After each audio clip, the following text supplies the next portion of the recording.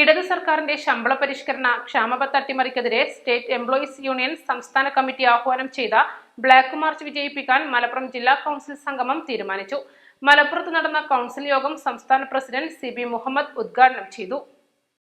12ാം ശമ്പള പരിഷ്കരണം ഉടൻ യാഥാർത്ഥ്യമാക്കുക, 19% DA കുടിശ്ശിക ഉടൻ അനുവദിക്കുക, പങ്കാളിത്ത പെൻഷൻ പിൻവലിക്കുക, 11ാം ശമ്പള പരിഷ്കരണ കുടിശ്ശിക ഉടൻ അനുവദിക്കുക, ലീവ് സറണ്ടർ അനുവദിക്കുക, ജീവാനന്ദ പദ്ധതി ഉപേക്ഷിക്കുക തുടങ്ങിയ ആവശ്യങ്ങൾ ഉന്നയിച്ചാണ് ആഗസ്റ്റ് 14-ന് സെക്രട്ടേറിയറ്റിലേക്ക് ബ്ലാക്ക് മാർച്ച് സംഘടിപ്പിക്കുന്നത്. സംസ്ഥാന ജനറൽ സെക്രട്ടറി ആമിർ കോഡൂർ സമരപ്രഖ്യാപന കൺവെൻഷൻ ഉദ്ഘാടനം ചെയ്തു. ജില്ലാ പ്രസിഡന്റ് VP സമീർ അധ്യക്ഷത വഹിച്ചു.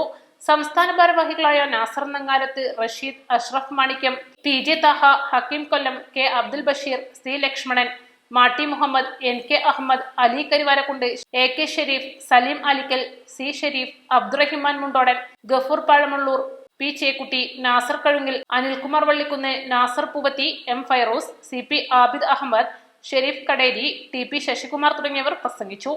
East Live, Malappuram.